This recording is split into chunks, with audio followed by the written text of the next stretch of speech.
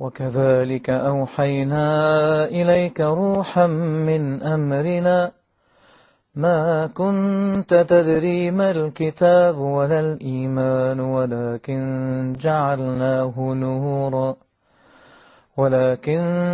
جعلناه نورا نهدي به من نشاء من عبادنا وإنك لتهدي إلى صراط مستقيم صراط الله الذي له ما في السماوات وما في الأرض ألا إلى الله تصير الأمور. After those long dark nights, now my world is bright. Islam is my sight. Now I found the light. After those long dark nights, now my world is bright. Islam is my sight. Now my world is bright. Islam is my sight. To all our viewers around the world, Assalamu alaikum wa rahmatullahi wa barakatuh, and welcome to this week's edition of The Straight Path. I'm your host, Fuad Muhammad. Well, tonight on The Straight Path, we are privileged to have a very special person with us, one that was born into a Christian family, all the way from Texas, America. He is now one of the biggest da'is, calling everyone actually who he meets to the word, to the truth, to al-Islam. Who's the special guy?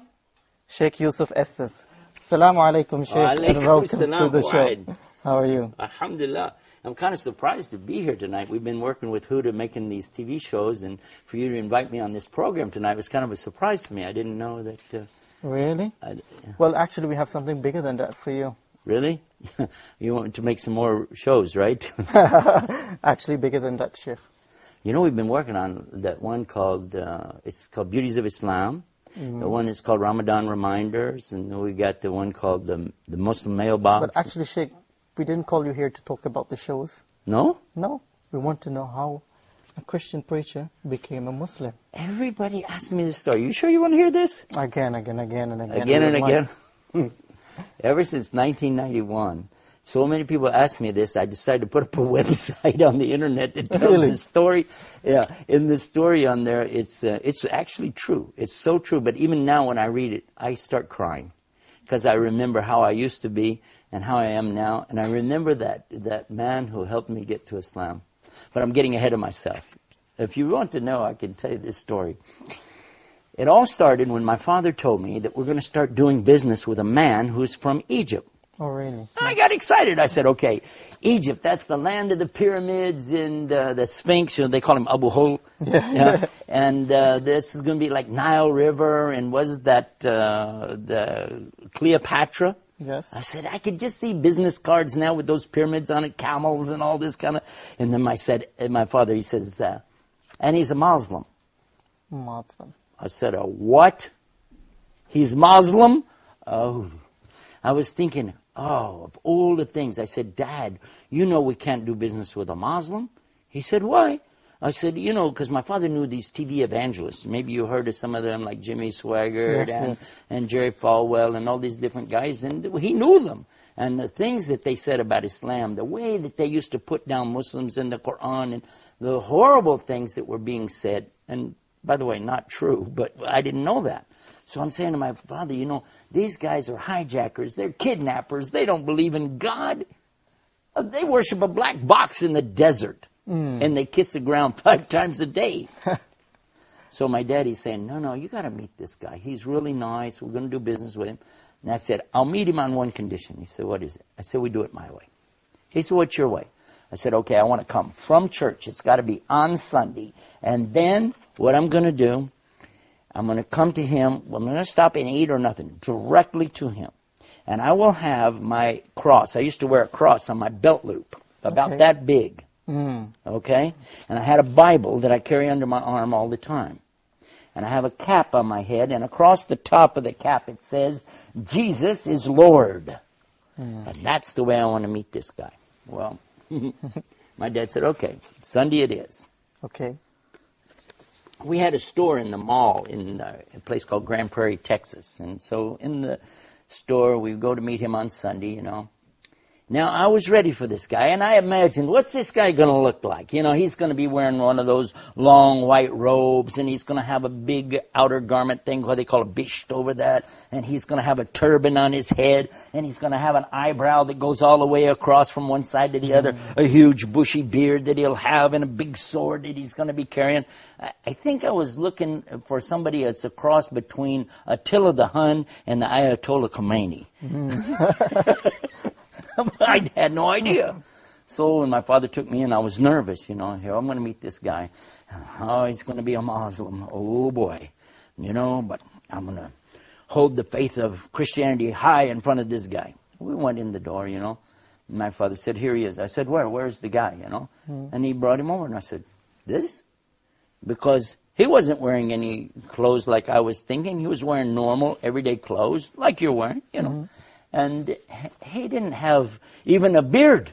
And he didn't have any hair. Actually, he's bald-headed. Oh, really?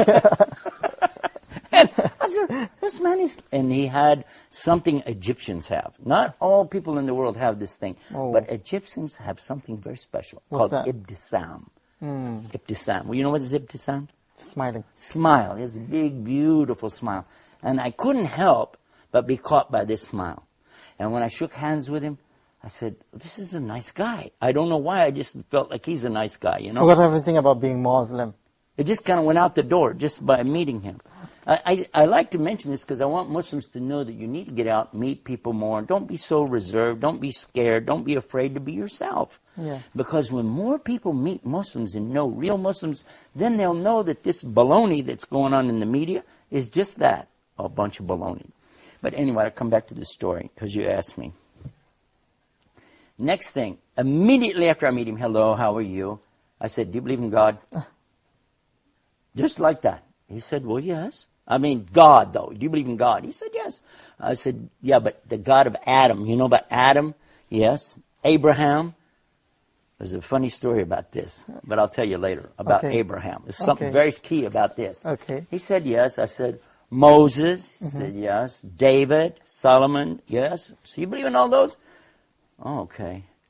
You believe in the Bible? He said, yes. You believe in the Old Testament, though? Yes. But you don't believe in the New Testament? He said, yes. Too many yes. I'm going, what? How? I said, yeah, but you don't believe in Jesus. He said, yes. I'm going, what? That's not what we heard. I did not hear it that way. I said, yes, but you don't believe he is the Christ, the Messiah. He said, yes. I'm going, wait a minute. But you don't believe he's with God. He's going to come back in the last days. He said, yes. I said, this guy's going to be easy. I can convert this guy. Immediately, I took him out to have a cup of tea. And we sat together in a little cafe right by my dad's shop. I remember reading that on that. I was actually, why did you take him out for that cup of coffee after you met him? Because I was going to convert him. That was it. I'm going to sit right there. The first day, I said, wouldn't that be something? I can convert him on the first day. Wow. And I was ready. You had ambitions. That boy, I'm going to get him now. So I started talking about Abraham. I'm telling him the story of Abraham and his son Ishmael, his son Ishaq, you know, Isaac, as we call him in English, and the story of how Abraham has to sacrifice his son. And he's sitting there going, yes, that's what we believe. We believe that. I said, yes, but what about this point right here where a ram has to come in and be the salvation because there's the substitute and it's so and so, and I'm going on. And he said, yes, we believe that. I was thinking, now, wait a minute. I had talked to another priest friend of mine. He's not a priest, he's a preacher for the born-again Christians. And he told me to be real careful with these Muslims. But for sure he was telling me, read this to them because they don't believe this. And he was saying he did believe it. I was thinking, So step by step I was thinking, you know, we can do this. I went back to my father. I said, Dad, I want us to do business with this guy. My father said, okay, great. I said, because I can convert him. And my father, he's so sweet. He said, leave him alone. He has his religion. We have our religion. He's a nice person. Just, you don't need to convert people.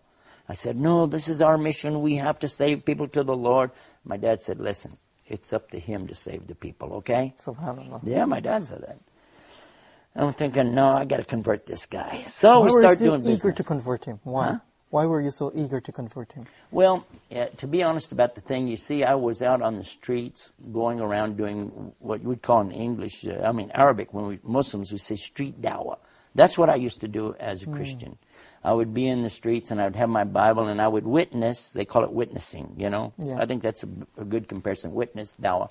And I would go up to people like drug dealers or prostitutes in the street, anybody. I see them, they're downtrodden, poor, they don't have a home. If I have anything, if I have some money, I will give it to them. And, well, they're saying, oh, thank you, and give them some food, anything. And then at the same time, I start bringing them the message of the Bible. And I would quote to them many of the scriptures in the Bible, the good things, the things we as Muslims know, or, we should do it too. There's no doubt about it. These are good teachings, very moral and upright things. And so as I was doing these things, I felt a need to call the people to Jesus. Yes. And that's what I wanted to do with this man. And I was told these Muslims are very dangerous people. They don't believe like we believe, and they're, just stay away from them. And I've been warned in a number of times. By your friends? Yeah, by other preachers, actually. Preachers. Yeah. So then the next thing that happens, we start traveling together. This gentleman from Egypt, I can't remember the name of the city he's from, but anyway.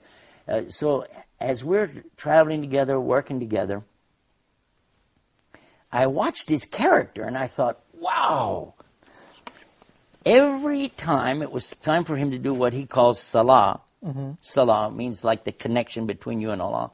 And it doesn't really mean prayer. It's bigger than that, but you know that. Anyway, so he would stop. Whatever we're doing, he'd say, excuse me for a few minutes. And I would watch him. And we're doing business. We're trying to do this. Here he goes. Walk over there and you'd see him and bowing and putting his head on the ground. And in the moment he would put his head on the ground, I'd say, look at this. This is so unbelievable. A human being, a strong man, who's willing to humble himself to put his head in the dirt in front of his Lord. This is an amazing religion. If you can get a human being to humble themselves like that in front of God, like this, and fasting, not eating, not drinking during the daylight hours, I didn't imagine to see something like this. And then, on top of that, here is a man who had some moral teachings about him that, and I can't even describe it even now, but I'll give you an example and let you think about this. Watch this. One day, I had two little daughters, one about this big and one a little bit bigger than that, I guess, And so to the older of the two, she's about 5 or 6, I guess, he says to her, would you like to borrow $1? And I thought, borrow $1? What's that? You want to give a kid $1? Give him $1. What's this borrow $1 thing? 5 years old, she was at that time. So he gave her the $1, and I told him thank you for that. I was thinking, because in Texas we actually say, hey, can I borrow $1? Borrow $10, borrow 20. We don't mean we're going to ever pay it back, by the way. That's the kind of borrowing we're talking about. A few days later, he asked her if she had any money. She had like 4 quarters, something like that. And he said, okay, give it back. This is the $1 you owe me. And I thought, oh, how tacky. Who's this man, And I asked him, I said, what's that? He said, well, do you remember another time that I borrowed $1 from her and I paid her back? I did remember that. Yeah, one time he asked her for $1 and I thought that was tacky. But then he gave it back and now he's asking her to pay it back. And I'm asking him, what's this about? He said, it's training the children to learn the responsibility of the value of the money and the value of your word and how you live up to what you say you're going to do. He said, and it was less than 2 days, not because children's memory wouldn't last that long, but within 2 days, he did this. And I realized that this is a huge teaching in business. And he said, and another point is, it must never be more than the original amount. Because no riba in Islam, there's no usury, no interest. I thought, wow. I said, let me watch this guy a little bit more, Step by step, I watched his character. And then one time we would go to these like flea markets and things like that, put out these tables with stuff. I get a lot of stuff that is outdated merchandise. The dates on it are so close, no store would sell it because it's going to expire. In the United States, it's a big deal, you know. So if the date's going to expire within 2 or 3 days, nobody would want it, you know. But you could sell it at the flea market. And it's what we had. So I have the table lined out with stuff. You know, a lady came and she started to buy some things. And he reached under the table and was giving her things from under the table. I said, what are you doing? He said, I'm giving her this. I said, look, this has got 4 or 5 more days than this. Give her this stuff. He said, I can't do that. It's not my religion. I said, what? He said, this stuff here has only got 1 day left. Now, this stuff here has more days. I said, but that's why we put it up there. He said, that's not for me, okay? He said, you can do it. I don't want to do that. I said, okay, do whatever you want to do, you know. He was an amazing man. And I kept thinking, you know, if we get this guy in Christianity, we're going to make him a saint right away. Maybe even an angel. So you still wanted to convert him? Huh? You still wanted to convert him? Of course! What part of the story are you missing here? Hello? That's my goal. I haven't thought about anything else. So then, another strange thing happened. My friend, the other preacher, he used to carry this big cross. He would bolt it together. It was about 14 foot long. And he would carry that big cross and walk down the street. And when the reporters, journalists, TV people would come out and ask him questions, and he'd be telling them about the Lord, and he'd give out these pamphlets he had and collect donations. And so, and this was really funny because he had a heart attack. Now, it's not funny to have a heart attack, but it was what happened next. I would go visit him every day in the hospital. And while I was in the hospital with him, another man was in the room with him in a wheelchair. So I go over to this other gentleman and I start witnessing to him. And I've got a Bible under my arm and I got my cross with me. I got my hat. Jesus is Lord. And I'm telling this other man in the wheelchair about Jesus loves you, about the Bible. And I asked him, where are you from? He said, I'm from Venus. I'm going, Venus? Venus, Texas? He said, no, the planet. I'm going, oh, he's crazy. I thought this was a cardiac ward. Maybe it's the nut ward, you know. It turns out, though, that he had been very depressed. And this heart attack had really hurt him, you know. And not just physically, but, you know, mentally and things because he couldn't do what he wanted to do in life. Sheikh, can you stick a point there? We just want someone to meet you, actually. Can you please come? Assalamu alaikum. Wa alaikum Sheikh assalam. Yusuf. Assalamu alaikum wa rahmatullah. Wa alaikum assalam. This is Mr. Ahmed Fahmi, our regional wanted to director. greet you. You're the regional manager for How are you? Huda TV. Nice having you with us, man. By the way, I got you a surprise. Yeah? Yeah. Guess. Surprise. Guess I don't know, some Hold more on. programs? Just hold on. What? 1 second. He's the regional Manager, it's regional director of the Huda, yeah. Yeah, in Cairo. Here we go. Do you know this guy? Muhammad? السلام عليكم ورحمة الله حبيبي شيخ يوسف. Oh my gosh. Unbelievable. How are you, brother? I can't believe it. It's a long time. Come back, يا أخي.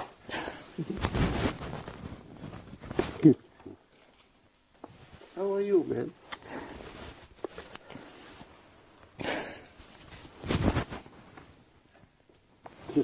This is the guy I'm talking about. I know. Okay. Surprise, huh? Take your When did seat you guys do this? so he can join the show.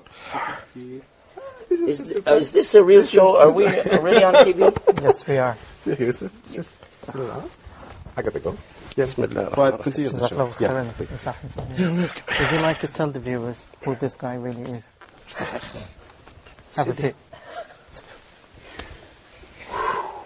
It's been a long time. How are you? Alhamdulillah. How about you?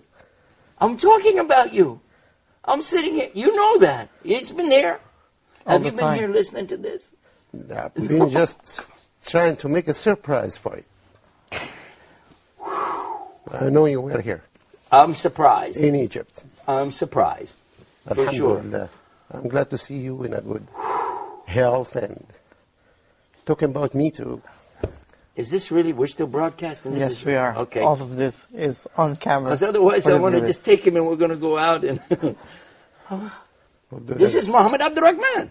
This is the man I'm telling you about. This is MashaAllah. Allah يحييك Sheikh Yusuf. this is the light for Islam to me. Allah يبارك فيك. Wallahi, I am so impressed of what I hear always about you and what I watch on the TV. May Allah reward you for your efforts and your strength in keeping your path like this for 17 years now. Every time I tell the story and I think about you, Allah يخليك Sheikh Yusuf. I thank Allah so much that He sent somebody like this man. Why? I don't want to talk about you in front of your face. This is embarrassing. No, I hear. But this man, if Allah would have sent anybody else, I would not have listened to them. Subhanallah. Why? Why? Because you remember I was just telling about the priest and the one in the wheelchair. I was just telling you the story. This man was in a wheelchair, and it turned out he was a Catholic priest. Okay. So when I was witnessing to him, he said, okay, I want to confess something to you. And I said, don't confess to me, I'm not a priest. I'm not even a Catholic. He said, I know that. I am a Catholic, I am a priest. Okay. And I was shocked. You remember? Yeah, I remember. Father Peter Jacobs. Peter Jacobs, yeah. I remember him very well, yeah. When he got out of the hospital, I asked him to come and live in the house with us. And in the meantime, we had brought Muhammad to live in the house with us. We had a big house out in the country. Okay. We called it the ranch. Okay. Yeah. And this You time you remember were the new in ranch? America. Midlothian, huh? This time you were new in America. Yeah, less than 1 year. Less than 1 year. Yeah. Sometimes he would say words, I didn't have a clue what he was saying, but he'd be smiling, I'd be going, yeah, I guess. You know, he was still getting his English together. Oh my God. You're Texan. Oh, and then what happened? Yeah, I was so, I don't know if I can remember what we're doing even here now. This is shocking me. Okay, you met the guy in the hospital. Oh, yeah. He said he's from Venus. Yeah, well, that's what happened. After I found out he was a Catholic priest, I realized that, you know, he didn't like me coming and preaching to him as a Protestant Christian, you know. Anyway, when he came to live with us, I was telling him about this guy is a Muslim living with us. Let's convert him. He's telling me, actually, as a Catholic priest, we had to study Islam. I know about Islam. I said, you do? He said, yes, it's a very important religion, and it has this and this. He's known the 5 points of Islam, you know, the pillars. Yes. Believing in Allah and His Messenger and performing the salah, the prayers, fasting Ramadan and paying zakah, the charity, and also making pilgrimage. He knew all about these things. So then we would sit around the table at night. Now here's what we do. Clear off the table after the food. And then nonchalantly, let's just discuss the Bible in front of our Muslim friend. So I bring out the Revised Standard Version of the Bible. My father brings out the King James Version of the Bible. A different version. My wife had, she had the Jimmy Swaggart's Good News for Modern Man. Sure. And then the Catholic priest has a totally different Bible. Because these books are all 66 books each, okay? But the Catholic version, which is much older, in fact, the Christian Protestant Bible comes from the Catholic Bible. But the Catholic Bible has 73 books. What happened to the other 7 books? Nobody knows. Anyway, here we are. We're talking about which book. No, my book. No. And my book says in it that the Malik James, the King James Version, is having grave defects. It needs to be retranslated. And my father's saying, no, this one, no, that one, so and so. And finally, I'm embarrassed because we're arguing in front of him. I said, okay, but just change the subject. How many versions of that Koran thing do you have? Yeah. Okay. Let's take the answer from him after we take this short break. Stay tuned, viewers, as we speak to Sheikh Yusuf Estes and the person who gave him Shahada, Brother Muhammad Abdul Rahman, after the break. Stay tuned. My world is bright. Islam is my sight. Oh, my world is bright. Islam is my sight. Assalamu alaikum wa rahmatullahi wa barakatuh, and welcome back to The Straight Path. We're talking to Sheikh Yusuf Estes and his journey to the straight path, along with the brother who gave him Shahada, Brother Muhammad Abdul Rahman. Welcome again to the show, Sheikh. مرحبا شيخ يوسف. So we were talking about 5 of you on Brother Muhammad. Yeah, I think probably we should let the people know. This is live, yeah? Of course. So you have call-ins, right? Yep. Okay, well, we should probably let the people know then that we're going to hold up any calls until after we complete the story. I think it's better. What do you think? Of course. I'm not trying to tell you how to run the show, but it just, you know. So the next thing that happens, you see, after the Bible, Quran thing, because he says the Quran only has one version. And there we are. We're here with all these different versions of Bibles. He's saying Quran is only in Arabic anyway. You can have all the versions you want in translation, and they're not Quran. None of us would ever consider somebody gives you a Islamic ruling from a translation of Yusuf Ali. No way. Would never accept that, right? I agree. But if you look in the Quran and you see something clearly said, this is haram, this is halal, permitted, or something is forbidden, okay, then that's fine. So he's saying there's only one version of Quran, it's in Arabic language. And I felt like, okay, that was a dumb argument. I wish I had never brought that one up. So the next time we're sitting around, okay, let's go this way. I have another idea. Okay. In the meantime, my preacher friend has already told me, I talked to him on the phone, I went to his house, he said, stay away from that Muslim. Stay away from them, and whatever you do, if he brings that book, that Quran book, don't touch it. Mm-hmm. Don't read it. You had any idea they were planning this? No, at all. Conniving and planning is what we were doing. How to convert this Muslim to Christian. This is the first time I know that now.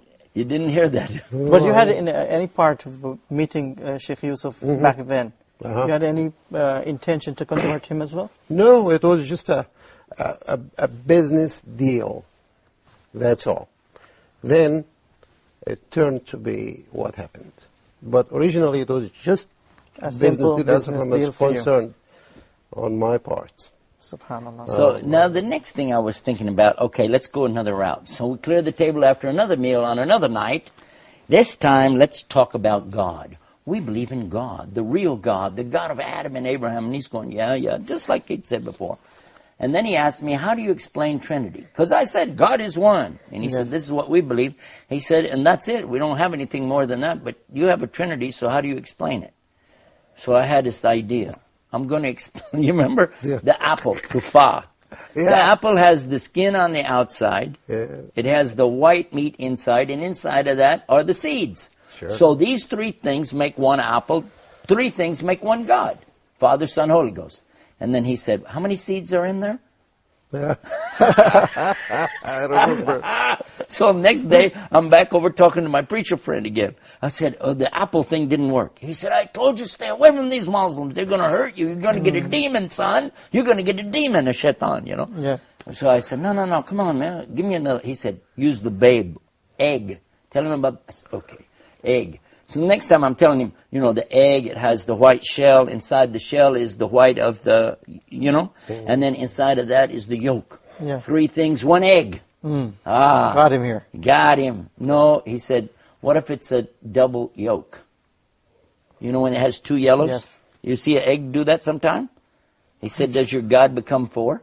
Ooh. And what if it's rotten? An egg could be rotten. Then you have a... Do you want a God that can be rotten? Of course not. Yeah. And you're comparing Allah to an egg, for crying out loud. This is an unbelievable thing. And so then it comes the subject of comparing God to a family. Like a man is a husband and a wife and a child. The 3 make one family. It's the family of God. Well, what if you have some more kids or twins? Or what if you get a divorce? You want a God that can get a divorce? No, you don't want that. So we're going through these different stages of how to explain something. Finally, I'm about exasperated. I tried the finger. You know the finger? Yeah. When it's 1 finger, but you go like this. 1, 2, 3 parts makes you compare God to your finger. What's this? SubhanAllah. Trying everything possible. Yeah, and then finally, the water. You've heard of the water one, right? Yeah. The water is like this. Water is 3 things. It is a liquid. It is a gas when it's a vapor, when it becomes steam. And also it's a solid when it freezes. 3 things all in one. Except what? They can't be all 3 at the same time. Oh, yeah, that's right. So now what will you do? How will you so finally I'm going to throw it back on him. I said, well, what do you guys say about it? And what did he read? Surah Ikhlas. أعوذ بالله من الشيطان الرجيم بسم الله الرحمن الرحيم قل هو الله أحد الله الصمد لم يلد ولم يولد ولم يكن له كفوا أحد. Now, the meaning, when he explained the meaning, this is what got me. But while he was saying it, we were in the car. Yes, I remember. And you were reciting, and I told you, stop, read it again, say it again. You said, why? You don't know the Arabic. I said, no, something, it's beautiful. I don't know what you said. I started crying. You don't know Arabic. I remember that. Many times I saw other people like me who they hear the Arabic in the Quran. They don't know Arabic, but they start to cry because it's Allah's speech.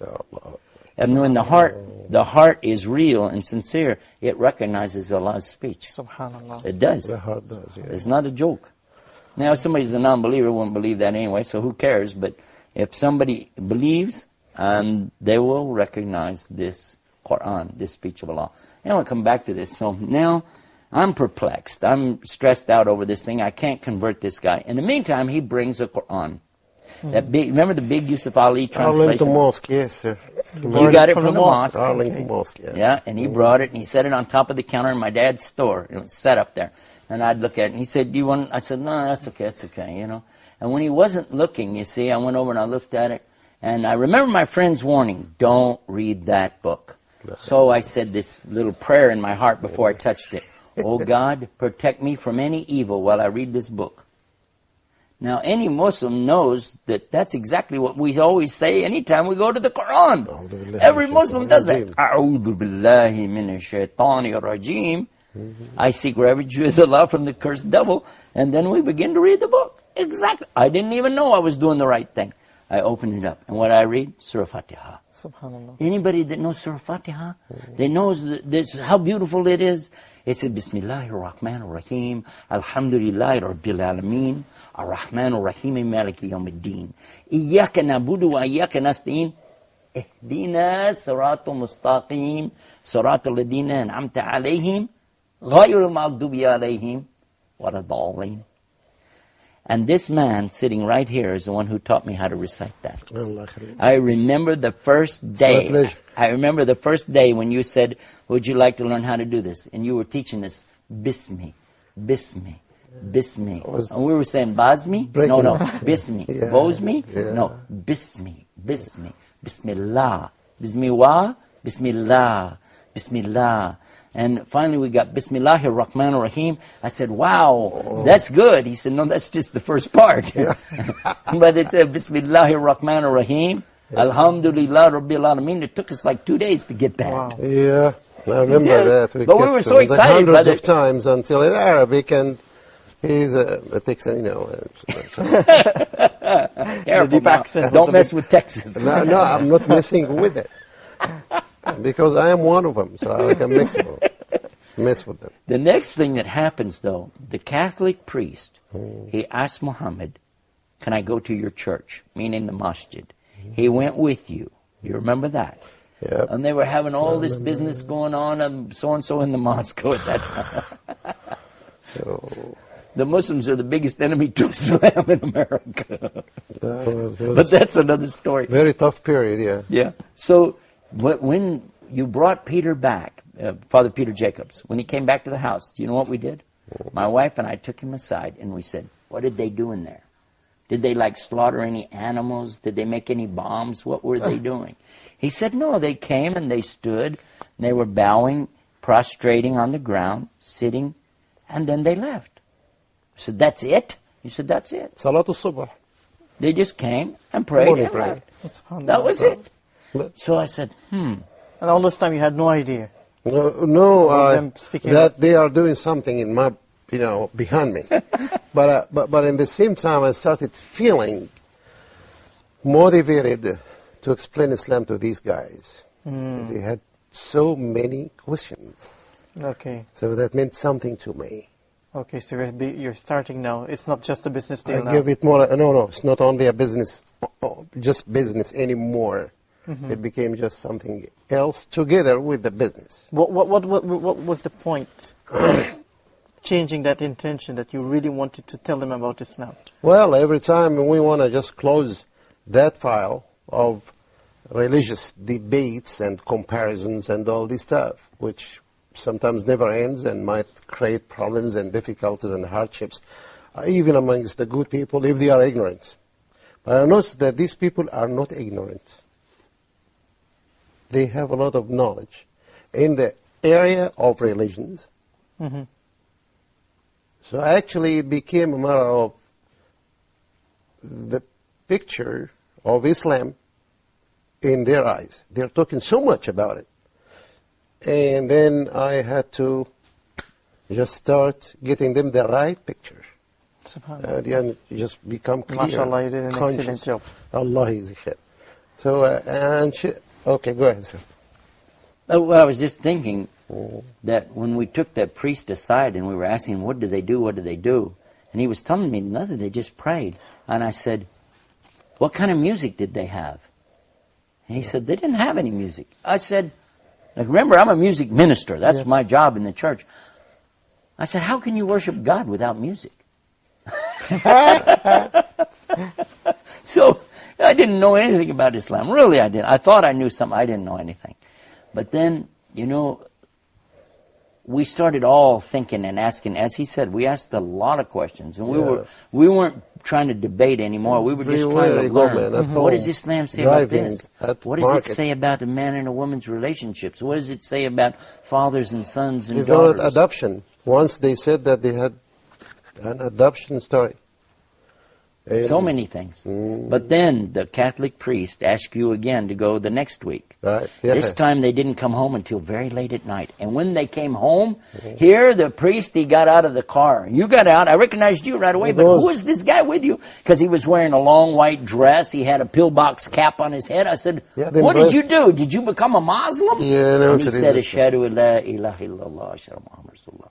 So look at this. A Catholic priest becomes a Muslim. Now here I am telling my wife about this at night. We were just about to go to bed. Yeah. I was all excited. I was, and I'm telling her, look, this Catholic priest became a Muslim. What are you thinking about Allah, the Quran, so and so? She said, I want a divorce. I said, huh? She said, I want a divorce. I said, why? She said, a Muslim can't be married to a Christian. I want a divorce. I said, wait a minute. Whoa, I didn't say I want to be a Muslim. I will never be a Muslim. No. Don't worry about a divorce. Besides, Muhammad told us a Muslim woman can't be married to a Christian man. Yes. But if I became a Muslim, we could still be married. It's the Muslim woman that can't be married to the Christian man. Mm-hmm. She said, that's exactly what I'm talking about. I want to be a Muslim. I said, what? I wasn't ready for that. And then I said, wait a minute. Hold on, there's good news here. Because I really did like Islam. I didn't know how to tell anybody. I wanted to say, I couldn't. So I said, okay, I too wish to be a Muslim. That's the good news. I'll be a Muslim too. She said, I don't believe you. I said, no, I'm telling the truth. She said, no, you're a liar. I said, I'm not lying, I'm telling the truth. She said, you're either a liar right now, or you were a liar 5 minutes ago when you said you didn't want to be a Muslim. Either way, you're a liar. I was shocked. I said, what am I going to do? So I went downstairs. Actually, she was throwing me out of the house. And I was thinking, how did she throw me out of my father's house? I went down and I woke you up. Oh, she was throwing you out of the house? She was, yeah. Wow. And I went down and got you. That's when we walked around that night. Yes. Walked all of those back roads, all through Midlothian. You remember? Yeah, the ranch. Until the sun started coming up. And I'm asking him a million questions. Mm-hmm. And finally he said it like this. He said, it was a beautiful thing he said. It's not between you and me anymore. It's not between you and your father. My father was a minister, by the way. He said, it's not between you and your wife. This is between you and your Lord. You need to go talk to him. And he let me go. And he went off to pray Fajr. And I went off and I put my head on the ground in the same direction I'd seen him do that. And I said, let me do what he did. And with my head on the ground, I said these words, oh God, guide me. And when I lifted up my head, I knew I needed to be a Muslim. I went in the house. I went upstairs. I made a shower. I came down, and in front of this man right here, and that Catholic priest, I made my shahada. I said, Ashhadu an la ilaha illallah, Ashhadu an Muhammad Rasulullah. A few minutes later, my wife comes down with hijab on her, and she did the same thing. She made her, and a couple months later, my Yeah. dad accepted Islam. Yeah, And before she Grandpa. died, my stepmother accepted Islam. And my children grew up as Muslims. So Allah this khayr. one man right here, wallah, may Allah accept it from Allah him. yakhallik. Allah accept from him. Allah yajzik Okay, This I have a man question for is you, brother. responsible Yes, for brother. all of us. Actually, the telephone was going crazy, so we Tfaddal, have to tfaddal, take ahlan some wa calls sahlan. now. Ahlan wa We have sahlan. Brother Mahmoud from Egypt. Assalamu alaikum, Brother Mahmoud. Go ahead. وعليكم السلام ورحمة الله وبركاته. وعليكم جزاكم الله السلام. خير. All Sheikh Yusuf, Sheikh Muhammad, جزاكم الله خير. أهلا وسهلا يا I'll أخي. be quick as possible to let people the chance. I want something that I want your opinion about. I have someone who is Catholic from Memphis, USA. I just had a small story with him. He just asked me once on the internet. He asked me if I'm a Muslim, and I said yes. He asked me a strange question. He asked, when you take over the world, can I still be Christian and pay jizya? And I told him, why do you say that? Because he said, because I know this is the fastest growing religion, and you're all going to take over the world. So I keep back with this guy, and I showed him few of your material in your website about Islam being the same message Jesus had, and he finally admitted that Jesus is the prophet and that Allah is one, alhamdulillah. But when I talk to him about Islam, he hesitates and say that he needs more time. And it's over a month now. I don't know what next step to do with him. And so if you may give Okay, got the advice. point, Brother Mahmoud. That was Brother Mahmoud from Egypt. Just before we take his question, when he and his wife took Shahada in front of you, what was that feeling like?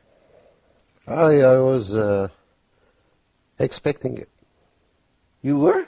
It came gradually in every day sunrise. Subhanallah. Whenever I will pray, will finish the prayer, look at their faces changing, looking at many questions about why do you go towards Mecca, as if a business of a person who wants to get involved, just asking about the details.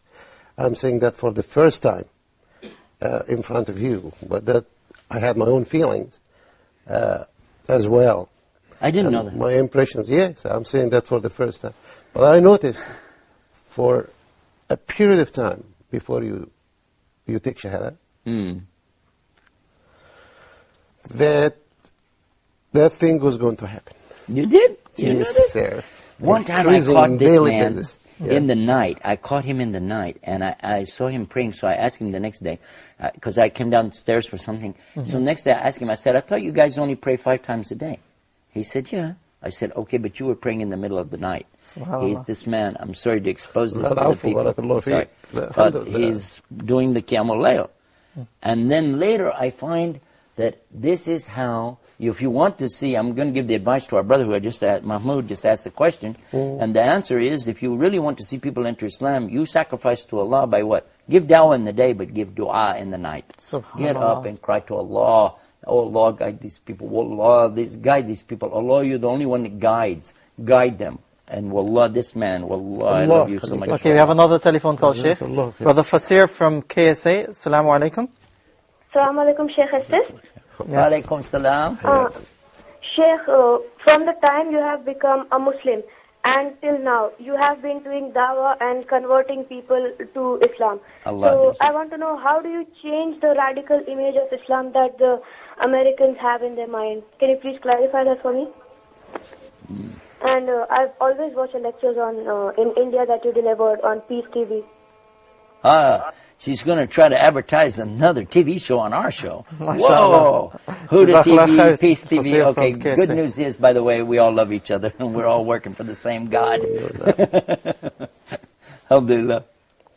Yeah, so she was asking, how do you see the Muslims in America? Well, I think it's only fair to finish Mahmoud's answer about the Catholic person who's with him.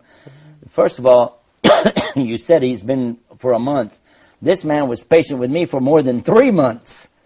But look at the reward he gets. He gets the whole entire family and all of us giving dawah. Who knows how many thousands of people entered Islam and all waiting for you on the day of judgment. So, alhamdulillah. I think we have another telephone call. Go ahead. Yes. Assalamu alaikum. Wa alaikum salam. Yes, I'd like to add some points here. Go ahead. I think we just lost that caller. I think so. Subhanallah. Well, you know what a lot of people do ask is, how do you feel after you get to Islam? Yeah. So maybe he was going to ask that question. And one of the things I will tell you is that when you come into Islam, everything is new, it's strange to you, and you're trying to adjust, you're trying to work your way around. That's another thing that Muhammad was aware of, and he was trying to help us adjust slowly, take it step by step, and learn as I was saying, he was teaching us slowly how to say the Fatiha, slowly about hijab, slowly about things. Take it as you can. And he never told us you have to do this, you can't do that. Circumcision is a subject that comes up. He didn't go into any of these subjects. Just take it slowly and understand what do you call it? Aqidah. Yes. The correct belief in Islam. Okay, we have Ihsan from the Kingdom of Saudi Arabia. Go ahead. Assalamu alaikum. Wa alaikum assalam. Wa alaikum salam. Hello. Hello? You are our teacher, man. Yeah, the problem is he's got his... I think, can you please lower the volume on your TV set? Yeah, when you guys call in, be sure and you have to turn off the volume of your set. أيوة يا أخي السلام عليكم. السلام عليكم ورحمة الله وبركاته. Allah Azza wa Jal has made you, inshallah, a very rich person on the Day of Judgment, inshallah. جزاك الله ألف خير. And Brother Yusuf Estes, Allahu Akbar, may Allah increase the number of Brother Yusuf Estes in all over the world. Allahumma ameen. Ameen. I mean, when you were in Dammam, Brother Yusuf Estes, last 2 weeks before, I had the chance to listen to your talk, the reality of Islam. Subhanallah. Allah bless you, brother. Allah increase your capabilities. Allah increase your capabilities. Allah increase your capabilities tremendously. Allahumma salli ala Muhammad wa barik wa sallim. It's over. Salam. Jazakallah khair, Brother Ihsan there from the Kingdom of Saudi Arabia. We're in the last minute of the show. Quickly, Brother Muhammad, yes, sir. How do you feel seeing Sheikh Yusuf Estes as he is after so many years? Wallahi, I feel so much fortunate to have that thing happening to me like this and to that scale. Of course, I was so happy when he embraced Islam with the family. Nobody can deny that. It's very good. But what I never expected that he would go through all this boom in da'wah. I didn't say that to him before, sorry for saying that, but he did. I was, of course, watching and tracing. We were in touch. After he became a Muslim, I moved to Houston, Texas, from our area, Dallas. And then we split. Yeah. But by phone and all this stuff. Okay. We were. But now he went beyond what I thought he would, to be honest with you. Okay. I hear his news in wherever he goes and the number of people. So I see him like a rizq for me. SubhanAllah. My director is telling me that I'm out of time. Sheikh Yusuf Estes, Jazakallah khair for being with us. Maybe we'll do some more show for you. Of course, inshallah. Maybe next week. Okay, I'll tell you what, let's do that. Are you busy next week? We can do what day? Well, I'll be more than glad to. Perfect. Jazakallah khair. Okay. Thank you very much, Sheikh Yusuf Estes. Shukran. Thank you very much, Brother Abdurrahman. For the viewers, that is Straight Path for this week. Thank you very much. Hope you enjoyed the show. Until next time, Assalamu alaikum wa rahmatullahi wa barakatuh. After those long dark nights, now my world is bright. Islam is my sight. Now I found the light. After those long dark nights, now my world is bright. Islam is my sight. Now my world is bright. Islam is my sight.